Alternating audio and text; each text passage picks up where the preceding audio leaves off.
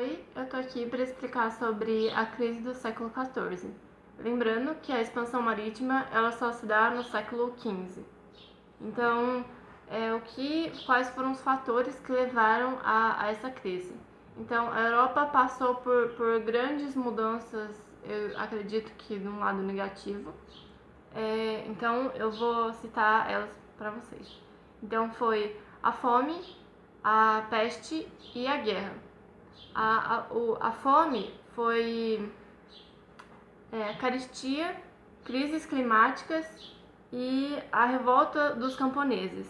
Então, essa crise climática. Então, a Europa passou por um grande período de nevascas, ou seja, de neve. E na época da florada, então, como havia passado muito tempo de neve, as plantações, trigo, cevada, aveia, elas não estavam florescendo, já que era a época de primavera, que a época de florada, essas plantações não estavam dando frutos. A carestia são os produtos caros, então é o efeito cascata. Se você não tem a demanda em abundância de um determinado produto, o preço daquilo ele aumenta. Então, logo, se você não tinha tanta comida para a população, o preço do que já tinha vai ficar muito mais caro. Então, é tudo um efeito dominó. Então, uma coisa leva a outra. E já que a população estava insatisfeita por isso, houve a revolta dos camponeses. Então, eles invadiam o castelo do senhor feudal e faziam essas revoltas. Elas eram chamadas de jaqueiras, que era o nome dessas revoltas. E matavam o senhor feudal. Então, eles invadiam o castelo por estar insatisfeito e matavam o senhor feudal. O segundo ponto é a peste negra ou a peste bubônica. Bubônica vem de formação de bulbos na pele, então a pele ficava preta com um tipo de pus, um líquido, e levava à morte das pessoas em poucos dias. Lembrando que essa peste ela é causada pela pulga do rato, a falta de saneamento, a falta de higienização das pessoas.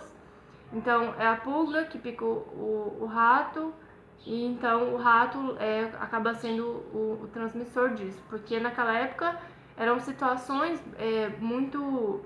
Não tinha saneamento básico, as pessoas viviam literalmente, tinha poças de xixi e cocô em frente às casas. Lembrando só uma curiosidade, o guarda-chuva foi inventado devido a isso, porque, por exemplo, você estava passando na rua, você abriu o guarda-chuva, porque as pessoas jogavam dentro de pinículos, tinham as suas necessidades, e elas jogavam por fora na janela, então você tinha que se proteger. Então aquilo ficava a céu aberto e as pessoas não tinham noção disso. Ao longo do tempo, elas foram percebendo que era uma questão de higienização, de conscientização das pessoas para que essa peste diminuísse. Então, a peste bubônica matou mais de 1/3 da população da Europa.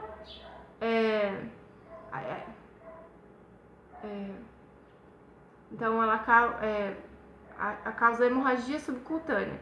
Então, eles mantinham as pessoas que tinham a peste em contato com as outras que não tinham. Então, uma ia passando para outra, que ia passando para outra. Então, quando morriam, eles colocavam em valas e todos os corpos juntos.